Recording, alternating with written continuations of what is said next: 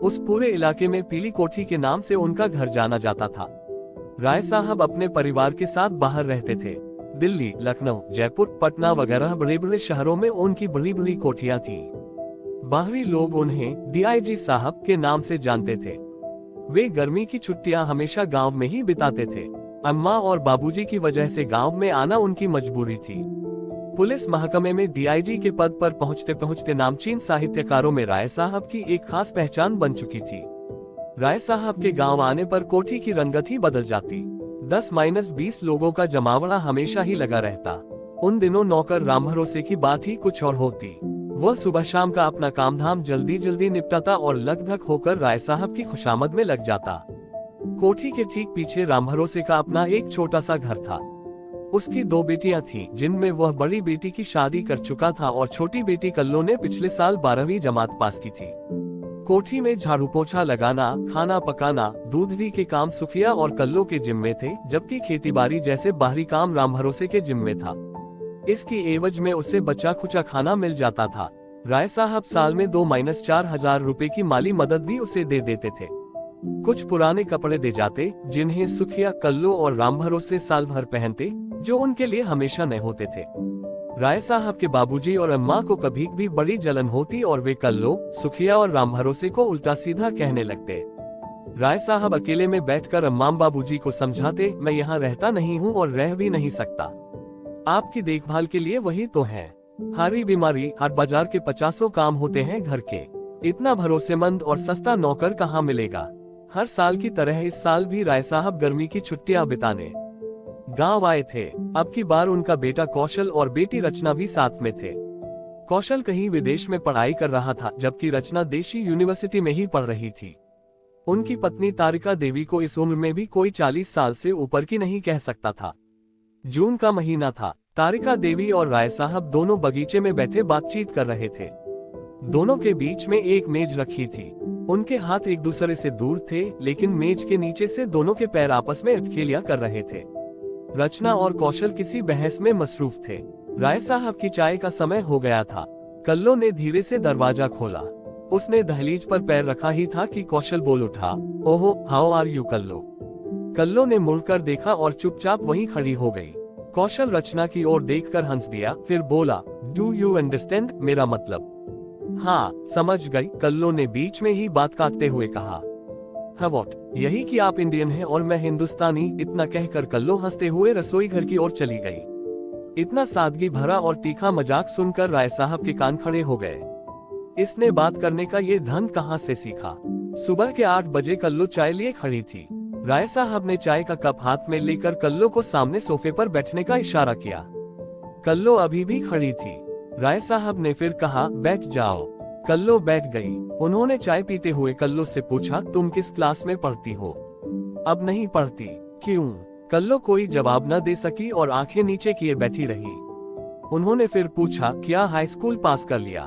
जी sir. कुछ रुककर वह बोली, मैंने पिछले साल इंटर पास किया है। इतना कहकर वह बिना इजाजत लिए ही कमरे से बाहर निकल गई। शाम को राय साहब ने राम भरोसे को अपनी बैठक में बुलाया। दरवाजे के ठीक सामने राय साहब तकिया लगाए शाही अंदाज में बैठे थे। सामने सोफे पर रचना और कौशल बैठे थे। राय साहब ने मुस्कुराते हुए कहा, आपकी लड़की बहुत चतुर चालाक है भरोसे भैया। ये सब आपकी मेहरबानी है साहब। लड़की पढ़ने में बहुत तेज है। उसे और आगे पढ़ाना चाहिए था आपको। साहब, आगे सोच लो, लड़की होनहार है। कहते हुए राय साहब के चेहरे पर एक हल्की सी मुस्कान आई और वे बोले, कल्लो ही है न उसका नाम। नहीं साहब, कागजों में उसका नाम कृष्णकली है। वाह, कितना अच्छा नाम है। एक पल के लिए उन्हें शेक्सपियर की कविता ब्लैक रोज याद हो आए। फिर वे बोले, इसे हमारे साथ भेज देना, मैं वहीं पर दाखिला दिलवा दूंगा। रचना की ओर देखते हुए वे बोले, क्यों रचना, बहुत अच्छा रहेगा। कौशल ने जवाब दिया, जैसे वह पहले से ही इसी इंतजार में बैठा हो। अच्छी बात है साहब, उसकी माँ से पूछ लें, तब बताएंगे। छप्पर के आगे राम भरोसे खटिया डाले बैठा था। उसी के आगे जमीन पर सुखिया बैठी थी। कल्लो छत पर थी। राम भरोसे ने सुखिया से कहा, साहब कह रहे थे कि कल्लो को उनके साथ भेज दो। सुखिया ने बीच में ही बात काटते हुए कहा, सयानी बेटी को हम किसी के साथ नहीं भेजेंगे। साहब के बारे में ऐसा सोचना भी पाप है। वे हमें बहुत चाहते हैं। राम भरोसे ने सुखिया को डांटते हुए कहा। हमने सब सुन लिया। बड़े आदमी की बातें बड़ी होती हैं। इनके चरित्र को हम खूब जानते हैं। बराबर का लड़का है घर में, वह तो विदेश में पढ़ता है, तो बराबर की लड़की भी तो है घर में, ऐसे कुछ नहीं होता, राम भरोसे ने एक बार फिर झिड़कते हुए कहा। सुखिया ने भी उसी तेवर में जवाब दिया, क्या तुम नहीं जानते कि औरत और दौलत दुनिया में कोई नहीं छोड़ता?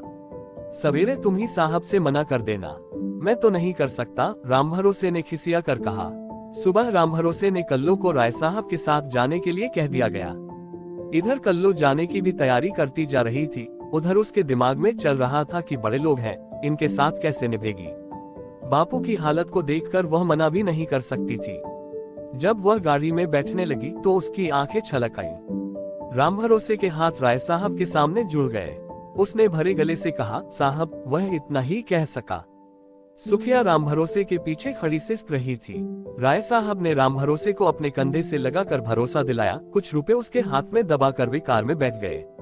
कौशल ने एक नजर पीछे सीट पर बैठी कल्लो पर डाली और कार स्टार्ट कर आगे बढ़ा दी। कल्लो शीशे से अपने अम्मा बापू को देखते रही। 10-15 दिन सब कुछ ठीक ठाक चलता रहा। इस दौरान कल्लो का दाखिला हो चुका था। उसकी पढ़ाई लिखाई का पूरा इंतजाम कर दिया गया था। कौशल भी 2-4 दिन रुककर विदेश जा चुका था।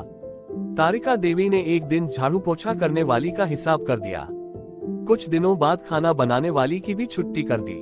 कल्लो झाड़ू पोछा करती और दोनों वक्त का खाना नाश्ता वगैरह बनाती।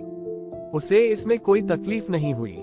इतना सब करने के बाद भी वह पढ़ाई के लिए पूरा समय निकाल लेती थी। एक दिन राय साहब तारिका देवी से अचानक पूछ बैठे, झाड़ू पोछा वाली और महाराजन क्यों नहीं आती? मैंने उनकी छुट्टी कर दी। क्यों? काम ही क्या है, बच्चियों को भी तो सीखने दो। कल के दिन पराए घर जाएंगी, पता नहीं कौन कैसा मिलेगा। किसी को पत्नी के हाथ का खाना पसंद हो तब। सवाल के लहजे में तारिका देवी ने जवाब दिया। फिर भी राय साहब आगे कुछ कह पाते इससे पहले ही तारिका देवी तड़प उठी। फिर क्या, 4 रोटियां सुबह 4 शाम को बनानी है। राय साहब कुछ कह न पाए, इसलिए तारिका देवी ने अपनी बात को सही ठहराने के लिए बात कहना जारी रखा। अपनी याद करो, जब मैं इस घर में आई थी तुम ही कहते थे कि जब तक तुम्हारे हाथ की बनाई रोटी नहीं खा लेता तब तक पेट नहीं भरता। रचना और कल्लो उन्हीं की ओर चली आ रही थी। राय साहब मुस्कुराए और अपने स्टडी रूम की ओर चले गए। धीरे धीरे कल्लो का बेडरूम और बाथरूम सब कुछ अलग कर दिया गया। वह अच्छी तरह समझ रही थी कि उसे उसकी हैसियत का एहसास कराया जा रहा है। उसे इसमें उलझन तो हुई, लेकिन इस बात की तसल्ली थी कि रात को तो वह चैन से सो सकेगी। कल्लो घर का सारा काम करती और खूब मन लगा कर पढ़ती। धीरे धीरे उसका काम और बढ़ गया। सबके कपड़े धोना और उन पर इस्त्री करना उसके काम में और जुड़ गए थे। रचना ने एक बार इसका विरोध करते हुए अपनी माँ से कहा था, मम्मी, उसे घरेलू नौकर समझना आपकी सबसे बड़ी भूल होगी। काम करना बुरा नहीं होता, काम की आदत डालना अच्छी बात है। जब मैं उसके साथ काम करती हूँ तो आप मुझे क्यों रोकती हैं? तू अपनी तुलना उससे करेगी। इतना कहकर तारिका देवी वहाँ से चली गई। दिसंबर का महीना था। कौशल घर आया हुआ था। एक दिन कल्लो बाथरूम में नहा रही थी। बाथरूम का दरवाजा अंदर से बंद नहीं होता था। उसकी सिटकनी टूट गई थी। कौशल ने दरवाजे को धक्का दिया। कल्लो ने अंदर से दरवाजा लगाना चाहा, लेकिन तब तक कौशल ने उसे अपनी बाहों में जकड़ लिया था। कल्लो ने पूरी ताकत से उसे बाहर धकेलकर एक जोरदार थप्पड़ उसके गाल पर जड़ दिया। कौशल की मर्दानगी काफूर हो चुकी थी। वह गालियां बकता हुआ अपने कमरे की ओर चला गया। तारिका देवी भी अपने बेटे का साथ देते हुए गालियां बकने लगी, गटर के कीड़े को वहीं पड़ा रहने देते।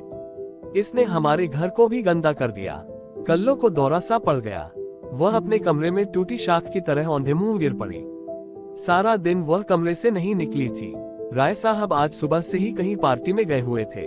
रात को तकरीबन 10-11 बजे लौट कर आए। कार खड़ी की और सीधा अपने बेडरूम की ओर बढ़ गए।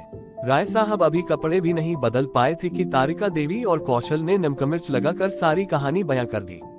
रचना बैठी चुपचाप सुनती रही। उसके दिमाग में कुछ और ही चल रहा था। जो कुछ हुआ उसके लिए वह कल्लो को कसूरवार मानने के लिए तैयार नहीं थी। उसके दिमाग में एक ही सवाल बार बार उठता था कि आखिर कौशल वहां गया ही क्यों था। राय साहब ने उन्हें समझा बुझाकर वापस भेज दिया। कुछ देर बाद राय साहब कल्लो के कमरे की ओर गए। कमरा खुला था। कल्लो अभी भी औंधे मुंह बिस्तर पर पड़ी थी। आहट सुनकर वह हड़बड़ाकर खड़ी हुई और कमरे का दरवाजा बंद करने लगी। राय साहब ने छड़ी से इशारा करते हुए उसे अपने साथ आने को कहा। राय साहब के बेडरूम की ओर जाते हुए कल्लो के पैर कांप रहे थे। कमरे में दूधिया रोशनी फैली हुई थी। राय साहब बिस्तर पर बैठे हुए थे। कल्लो जाकर उनके सामने खड़ी हो गई। राय साहब ने अपनी बगल में उससे बैठा कर कहा, क्या बात थी? कल्लो चुपचाप बैठी रही। राय साहब ने जैसे ही उसका सिर अपनी गोद में रखा, वह फफक पड़ी। राय साहब काफी देर तक सिर पर हाथ फेरते हुए उससे तसल्ली देते रहे।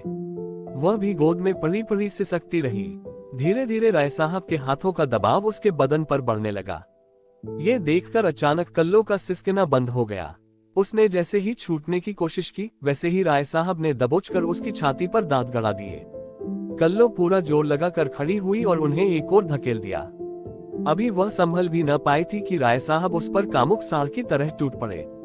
जब तक राय साहब उसे पकड़ते, रैक पर रखी उनकी पिस्तौल कल्लो के हाथ में थी।